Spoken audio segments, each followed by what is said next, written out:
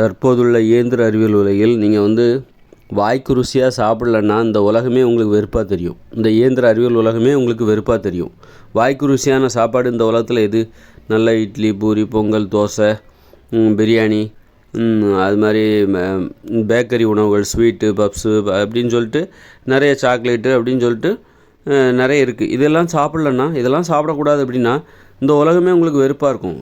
என்னடா அப்படி ஒரு வாழ்க்கை, என்னடா நம்ம அப்புறம் என்னத்துக்கு இந்த உலகத்தில் வாழணும் அப்படின்ட்டு ஒரு காமெடி கூட உண்டு. இதெல்லாம் சாப்பிட்லன்னா அப்புறம் என்னத்துக்கு தான் நீ இந்த உலகத்தில் வாழ போகிற, வாழ்ந்து என்ன கிழிக்க போகிற அப்படின்னு கேட்பாங்களே.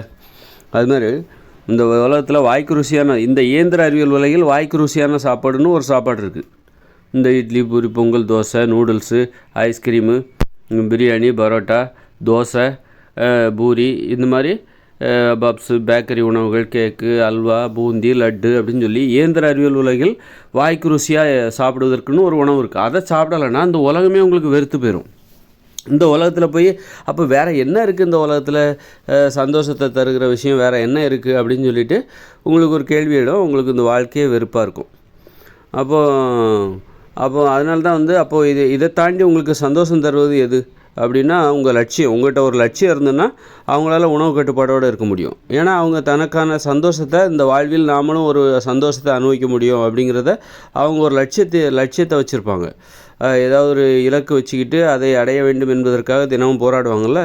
அதில் கிடைக்கிற ஒரு சந்தோஷம், திருப்தி, அது அவங்களுக்கு போதுமானதாக இருக்கும். இந்த உணவை தான் சாப்பிட முடியல அப்படி இல்லாத பட்சத்தில் நம்மளால் இப்படி ஒரு சந்தோஷத்தை அனுபவிக்கலாம். இந்த மாதிரி நம்மளோட லட்சியத்தில் நமக்குன்னு ஒரு லட்சியம் இருக்குது. அந்த லட்சியத்தில் நம்ம தினம் முன்னேறுவது, அது நமக்கு கொடுக்குற சந்தோஷத்தின் காரணமாக இந்த உணவு நம்மளால் சாப்பிட முடியாட்டும் பரவாயில்ல, உணவு கட்டுப்பாட்டை கடைபிடிப்பது நமக்கு ஒன்றும் பெரிய பிரச்சனை இல்லை. நம்முடைய சந்தோஷம், எதிர்பார்ப்பு, இலக்கு எல்லாமே நம்முடைய லட்சியம்தான் அப்படின்னு சொல்லிட்டு லட்சியத்தில் உங்களுடைய கவனம் இருக்கணும். இருந்தால் மட்டும்தான் உணவு கட்டுப்பாடு உங்களால் செயல்பட முடியும், உணவு கட்டுப்பாட்டை கடைபிடிக்க முடியும். நிறைய மக்களால் பாருங்கள், சாதாரண மக்கள்லாம் பார்த்தீங்கன்னா அவங்களுக்கு லட்சியமே கிடையாது. சும்மா சாப்பிட்ணும் அப்படிங்கிறது தான், சாப்பிட்ணும், ஒரு வாழ்க்கை வாழணும், உயிர் வாழணும், அதுதான் அவங்களுடைய லட்சியமே. அப்படிப்பட்டவங்களுக்கு சுகர் ஏதாவது வந்துருச்சு, நோய் ஏதாவது வந்துருச்சு அப்படின்னா அப்புறம் அதை சாப்பிடக்கூடாது, இதை சாப்பிடக்கூடாது, இதை சாப்பிட்டா சளி பிடிச்சிக்குது, அதை சாப்பிட்டா கிறுகிறுன்னு தலை சுற்றுது அப்படிங்கும்போது அவங்களுக்கு இந்த உலகமே என்னடா இது, இதெல்லாம் சாப்பிடாமல் நம்மளால் இருக்க முடியலையே, அவங்களால முடியாது. சாதாரண மக்களால் உணவு கட்டுப்பாட்டை கடைபிடிக்க முடியாது. ஏன்னா அவங்களுக்கு ஒரு லட்சியம் இல்லை. அவங்களுக்கு வாழ்க்கையிலேருந்து கிடைக்கக்கூடிய சந்தோஷமே எதுன்னா இந்த சாப்பாடு தான். அவங்களுக்கு ஒரு லட்சியம் இருந்ததுனாக்கா, ஆக இதுலேருந்து நமக்கு என்ன தெரியுது அப்படின்னா, லட்சியம் இருந்தால் தான் உங்களுக்கு உணவு கட்டுப்பாட்டே கடைபிடிக்க முடியும். ஏன்னா வாழ்க்கையில் உங்களுக்கு சந்தோஷம் எதுலேருந்து கிடைக்கும் அப்படின்னா 2 வழியில் கிடைக்கும். உங்களுக்கு லட்சியம் இல்லைன்னாலும் பரவாயில்ல, உங்களுக்கு இந்த சாப்பாட்டை சாப்பிட்டாலே போதும். இந்த இட்லி, வேலைக்கு சோறு, பூரி, பொங்கல், தோசை, பிரியாணி, இதெல்லாம் சாப்பிட்டாலே உங்களுக்கு இந்த வாழ்க்கையில் ஒரு சந்தோஷம் கிடச்சிரும். இந்த வாழ்க்கையில் கிடைக்க வேண்டிய சந்தோஷம் கிடைத்து விட்டதாக நீங்கள் நம்புவீர்கள். அப்போ அது அல்லது இன்னொரு சந்தோஷம் என்னென்னா, உங்களுக்கு ஒரு லட்சியம் இருக்கணும். நான் டைரக்டர் ஆகணும், இன்ஜினியர் ஆகணும், டாக்டர் ஆகணும், அப்புறம் அப்படி ஏதாவது ஒரு லட்சியம் இருந்ததுன்னா அந்த லட்சியத்தை நோக்கி நீங்கள் போகிறீங்க அப்படின்னா அந்த லட்சியத்தை அடைவதற்காக நீங்கள் ஒருவேளை உணவு கட்டுப்பாட்டை கடைபிடிச்சா அது உங்களுக்கு ஒன்றும் பெரிய விஷயமாக கிடையாது.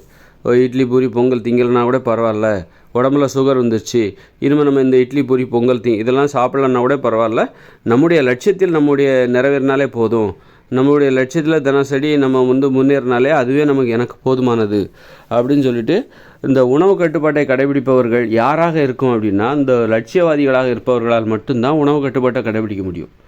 லட்சியம் எதுவும் இல்லைன்னா அவங்களால உணவு கட்டுப்பாட்டை கடைபிடிக்கவே முடியாது. ஏன்னா வாழ்க்கையில் எதுலையா இருந்து நமக்கு ஒரு இன்பம் தேவை, எதையாவது ஒரு பிடிப்பு தேவை, ஏதாவது ஒரு நோக்கம் தேவை. அந்த நோக்கத்தின் மீது நமக்கு ஒரு பிடிப்பு தேவை. ஒன்று லட்சியம் எதாவது இருக்கணும், அந்த லட்சியத்தை நோக்கி அதுவே உனக்கு ஒரு பிடிப்பாக இருக்கணும். லட்சியத்தை அடைவது தான் உன்னுடைய நோக்கமாகவும் உனக்கு அது ஒரு பிடிப்பாகவும் இருக்க வேண்டும். அப்படி இல்லாத பட்சத்தில் உனக்கு எது பிடிப்பாக இருக்கும் அப்படின்னா இந்த மாதிரி சாப்பாட்டை சாப்பிட்றது தான், இட்லி, பூரி, பொங்கல், தோசை. அதனால் நோய் வந்தால் என்ன, சுகர் ஏறுது, வந்துட்டு போட்டோம், நான் என்ன பண்ணுறது, மாத்திரை போட்டு நான் சரி பண்ணிக்கிறேன். தினசரி ஒரு மாத்திரையை போட்டுக்கிட்டு நான் அந்த சுகர் அது அளவுக்கு அதிகமானால் கூட பரவாயில்ல, மாத்திரை போட்டு நான் என்ன சரி பண்ணிக்கிறேன். ஆனால் இந்த சோறை சாப்பிடாமல் என்னால் இருக்க முடியாது. ஆஸ்மா, வீசிங்கு, சளி பிரச்சனை எது வந்தாலும் சரி இந்த சோத்தை மட்டும் விடவே மாட்டாங்க. காரணம் அவங்களுக்கு வேறு எந்த லட்சியமும் இல்லை. அதனால் அவங்களுக்கு இந்த சோறு தான், இந்த சாப்பாடு தான், இந்த உணவு தான், உப்பு கலந்து சமைக்கப்பட்ட இந்த உணவு தான் பிடிமானம். இந்த மாமிச உணவு, தானிய உணவு, இட்லி, இந்த அரிசி, கோதுமை, இந்த உணவு தான் அவங்களுக்கு பிடிமானம். இதையும் இதையும் இல்லை, உங்களுக்கு லட்சியமும் இல்லை, உனக்கு உடம்புல இப்போ நோயும் வந்துருச்சு, நீ இந்த மாதிரி தானிய உணவுகளும் சாப்பிடக்கூடாது, இட்லி பூரி பொங்கல் இதெல்லாம் சாப்பிடக்கூடாதுப்பா நீ அப்படின்னு சொன்னால் அவங்க அப்போ எதுக்காக நான் இந்த உலகத்தில் வாழணும்? அப்போ வாய்க்கு ருசியாக சாப்பிட முடியலன்னா, எனக்கு வேறு எந்த லட்சியமும் கிடையாது. அப்படிங்கும்போது என்னால் வாய்க்கு ருசியாக சாப்பிட முடியலன்னா அப்புறம் இந்த உலகத்தில் நான் என்னத்தை வாழ்ந்து என்ன பண்ண போகிறேன் அப்படிங்கிற ஒரு கேள்வி அவர்களுக்கு வந்துவிடும். அப்படி இருக்கும் பட்சத்தில் அவங்களுக்கு அந்த மாதிரி அன்பு பாசம் என்பது இன்னொரு தீர்வாக இருக்கும். சரி, வாய்க்கு ருசியாக சாப்பிட முடியல, உனக்கு பெரிய லட்சியமும் இல்லை, அப்படி இருக்கும்போது உனக்கு இன்னொரு தீர்வு எதுனா அன்பு பாசம். உறவினர்கள், நம்ம ஒரு கணவன் மனைவி பிள்ளைகள் இவங்ககிட்ட மனுஷங்ககிட்ட பேசுகிறதுல அந்த அன்பு பாசம் இருந்தால் அது ஒரு தீர்வாக இருக்கும். உணவு கட்டுப்பாட்டை கடைப்பிடிப்பது உனக்கு ஈஸியாக இருக்கும். ஆனால் இங்கே அன்பு பாசமும் இல்லையே, இந்த உலகத்தில் உண்மையான அன்பும் பாசமும் இல்லாமல் போச்சே. அப்படி இருக்கும்போது எந்த வகையிலுமே நீ இன்பத்தை பெற முடியாது. ஒன்று லட்சியத்தின் வாயிலாக இன்பத்தை பெறணும். அப்படி இருந்தால் நீ உணவு கட்டுப்பாட்டை கடைப்பிடிக்கலாம்.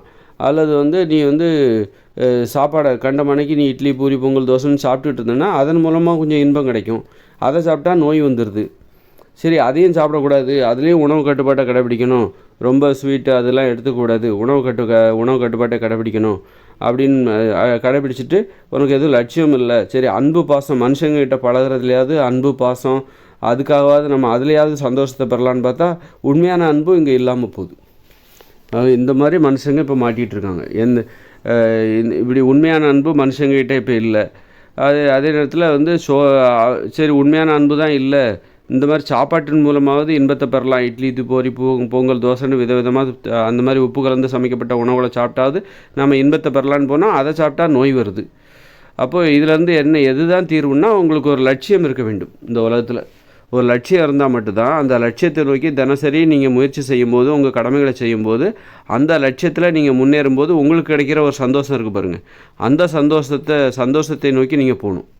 அப்போ தான் இந்த உலகத்தில் இந்த இயந்திர அறிவியல் உலகில் நீங்கள் வாழணுன்னா, மகிழ்ச்சியாக வாழணுன்னா, ஆரோக்கியமாக வாழணுன்னா உங்களுக்கு ஒரு லட்சியம் தேவை. லட்சியம்தான் உங்களுக்கு லட்சியத்தை அடையணுன்னா நீங்கள் உயிரோடு இருக்கணும்னா ஆரோக்கியமாக இருக்கணும்னா உணவு கட்டுப்பாட்டை கடைபிடிச்சா மட்டும்தான் நீங்கள் உங்கள் லட்சியத்தில் நோக்கி முன்னேற முடியும். உணவு கட்டுப்பாட்டையும் உங்களால் கடைபிடிக்க முடியும். வாய்க்கு ருசியாக சாப்பிட்லன்னா கூட பரவாயில்ல, வாய்க்கு ருசியாக உணவு கட்டுப்பாட்டுக்குள்ளே இருந்துக்கிட்டு வாய்க்கு ருசியாக சாப்பிட்ணும். அந்த எதெல்லாம் அனுமதிக்கப்பட்ட உணவுகளோ அந்த உணவுகளில் சுவையானது எது அப்படின்னு தேடி பார்த்து சாப்பிடணும். சாப்பிட்டா தான் இந்த உலகத்தில் மகிழ்ச்சியாக இருக்க முடியும். அதாவது லட்சியவாதியாக இருந்துட்டு அப்போ வாய்க்கு ருசியாக சாப்பிட முடியாதா அப்படின்னு கேட்டக்கூடாது. லட்சியவாதியாக இருந்துக்கிட்டு இருக்கணும்னா உணவு கட்டுப்பாட்டை கடைப்பிடிக்கணும். உணவு கட்டுப்பாட்டை கடைப்பிடிச்சா தான் லட்சியவாதியாகவே இருக்க முடியும். நீ உணவு கட்டுப்பாடு எதுவுமே இல்லைன்னா உன்னோட லட்சியத்தை நோக்கி நீ முன்னேறவே முடியாது. உன்னை அடிமைப்படுத்துறதுக்கு இங்கே நிறைய விஷயங்கள் இருக்குது. இந்த அடிமைத்தனத்துலேருந்து விடுபடுவதற்காக தான் உனக்கு ஒரு லட்சியம் தேவை. உன்னை அடிமைப்படுத்துவதற்கு இங்கே உணவுகள் ஏராளமாக இருக்குது, மனுஷங்க இருக்காங்க, உறவினர்கள்ங்கிற பேரில் மனுஷங்க நிறைய பேர் உன்னை அடிமைப்படுத்துறதுக்காக காத்திருக்காங்க. உன்னை அடிமைப்படுத்துவதற்கு இங்கே உணவுகள் காத்திருக்குது. இந்த இட்லி பூரி பொங்கல் தோசை இதெல்லாம் உன்னை அடிமைப்படுத்துறதுக்காக காத்துக்கிடுக்குது. அப்போது இதிலேருந்துலாம் விடுபட்டு நீ தப்பிச்சு போனால் தான் உன் லட்சியத்தை நோக்கி நீ போக முடியும். அப்போது உனக்கு உணவு கட்டுப்பாடு தேவை. அது மாதிரி உறவினரிடம் பழகுவதில் கட்டுப்பாடு தேவை. எல்லார்கிட்டையும் போய் எல்லோரும் நமக்கு வேணும் அப்படின்னு சொல்லிட்டு தராதரம் இல்லாமல் தகுதி பார்க்காம பழகக்கூடாது. அது மாதிரி எல்லா உணவும் நம்ம சாப்பிடணும்னு சொல்லிட்டு தகுதி இல்லாத உணவுகளெல்லாம் சாப்பிடக்கூடாது. அந்த மாதிரி உணவு கட்டுப்பாடு, உறவினர்களிடம் கட்டுப்பாடு, உறவு முறையில் கட்டுப்பாடு இதெல்லாம் இருந்தால் தான் இவர்களிடமிருந்து இந்த உணவுகளிடமிருந்தும் உறவு முறைகளிடமிருந்தும் விடுபட்டு நீ லட்சியத்தை நோக்கி நீ போக முடியும். அதுக்கு உனக்கு உணவு கட்டுப்பாடு தேவை, உறவு முறையில் கட்டுப்பாடு தேவை, தினசரி வாழ்க்கையில் ஒரு கட்டுப்பாடு.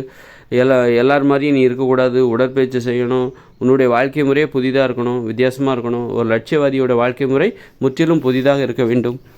அப்படி நிறைய கட்டுப்பாடுகளை கடைபிடிப்பதன் மூலம் இந்த உணவுகளில் மோசமான உடலுக்கு நோயை தருகிற உணவுகளிலிருந்து நீங்கள் தப்பித்து, அது மாதிரி உங்கள் வாழ்க்கைக்கு பிரச்சனைகளை தருகிற உறவினர்கள், உங்களை முன்னேற விடாமல் தடுக்கிற உறவினர்கள், நண்பர்களிடமிருந்து தப்பித்து நீங்கள் உங்கள் லட்சியத்தை நோக்கி முன்னேறணும். உங்களுக்கு நன்மை செய்கிற உணவுகளை சாப்பிடணும். உங்களுக்கு நன்மை செய்கிற உறவினர்களோடு பழக வேண்டும். உறவு முறைகளை ஏற்படுத்தி கொள்ள வேண்டும். நன்மை செய்கிற நண்பர்களோடு பழக வேண்டும்.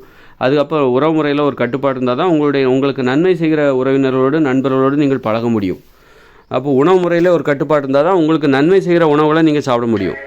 அதான் கட்டுப்பாடு இருந்தால் மட்டும்தான் நமக்கு நன்மை செய்கிற செயல்களை வாழ்க்கையில் செய்ய முடியும். தீமை செய்கிற செயல்களிலிருந்து விடுபட்டு நன்மை செய்கிற செயல்களை செய்ய முடியும். உணவு முறையில் கட்டுப்பாடு இருக்கணும். தீமை செய்கிற உணவுகளிலிருந்து நம்மை விடுவித்து கொண்டு நன்மை செய்கிற உணவுகளை சாப்பிடணும். அது மாதிரி உறவினர்கள், நண்பர்கள், அதில் தீயவர்கள் இருக்காங்க, நம்ம வளரக்கூடாது, முன்னேறக்கூடாதுன்னே நம்மக்கிட்ட பழகுவாங்க. அப்போ அவங்ககிட்டேருந்து நம்ம தப்பிச்சு நல்ல நண்பர்களோடு, நமக்கு நல்லது நினைக்கிறவங்களோடு நம்ம பழகணும். நாம் முன்னேறினா நம்மளை போல் சந்தோஷப்படுறவங்கக்கிட்ட நம்ம பழகணும். அப்படின்னா நமக்கு உறவினரிடம் கட்டுப்பாடு வேணும். எல்லோரும் வேணும் அப்படின்னு சொல்லிட்டு பயந்து போய் எல்லார்ட்டையும் பேசிகிட்டு இருப்பாங்க. அவங்க நமக்கு தீங்கு செய்வாங்க, தீங்கு செஞ்சுருப்பாங்க. இருந்தாலும் நம்ம என்ன பயந்து போய் நாளை பின்னா நமக்கு தேவை அப்படின்னு சொல்லிட்டு அவங்கள்ட்டெல்லாம் நம்ம பேசிகிட்டு இருப்போம். அது மாதிரி அப்படி பேசிகிட்டு இருந்தால் நீ முன்னேறவே முடியாது. அது மாதிரி சாப்பாட்லேயும் சரி, உணவுலேயும் சரி, உங்களுக்கு தீங்கு செய்கிற உணவுகள் இருக்குது நிறையா. நான் சொல்கிறேன், தானிய உணவுகள், மாமிச உணவுகள், மீன், முட்டை, பால் உணவுகள், இதெல்லாம் தீங்கு செய்கிற உணவுகள். ரோகிகள் வருவதற்கு இதுதான் காரணம். அப்படின்னா அந்த உணவுகளை நம்ம தவிர்த்து விட்டு எதெல்லாம் அனுமதிக்கப்பட்ட உணவுகளோ மீதமுள்ள உணவுகளிலிருந்து அதான் நல்ல உணவுகளை தேர்ந்தெடுத்து அதை சாப்பிடணும். அதான் கட்டுப்பாடுங்கிறது. அதுதான் நல்லவற்றை பிரித்து பார்ப்பதற்கு தேவையான ஒரு மனநிலை தான் கட்டுப்பாடு. எல்லாத்துலேயும் நல்லது கெட்டது எல்லாமே இருக்குது. எல்லாமே நமக்கு நல்லது தான் இங்கே கிடையாது, நல்லது கெட்டது இருக்குது இந்த உலகத்தில். எல்லா விஷயத்துலையும், உணவுலையும் சரி, நண்பர்களையும் சரி, உறவினர்களையும் சரி, சுற்றத்தார்லேயும் சரி, நமக்கு பிடிக்காதவங்க பிடிச்சவங்க இருக்காங்க. பிடிச்சவங்க தான் நமக்கு நல்லது செய்வாங்க. அது மாதிரி நல்லவங்க கெட்டவங்க அவங்ககிட்ட இருந்து பிரித்தறிந்து நமக்கு பிடித்தவர்களோடு நாம் பழக வேண்டும். நமக்கு நன்மை செய்கிறவர்கள் தான் நமக்கு பிடித்தமானவர்கள். நமக்கு நன்மை செய்கிற உணவு தான் நமக்கு பிடித்தமான உணவாக இருக்க வேண்டும். உங்களுக்கு தீமை செய்கிற உணவுகள் உங்களுக்கு பிடித்தமானதாக இருக்கக்கூடாது.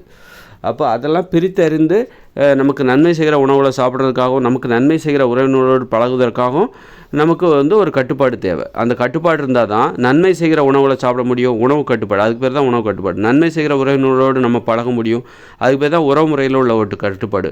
அப்போ தான் நீங்கள் முன்னேற முடியும் வாழ்க்கையில். அதுக்கு பேர் தான் கட்டுப்பாடு என்பது.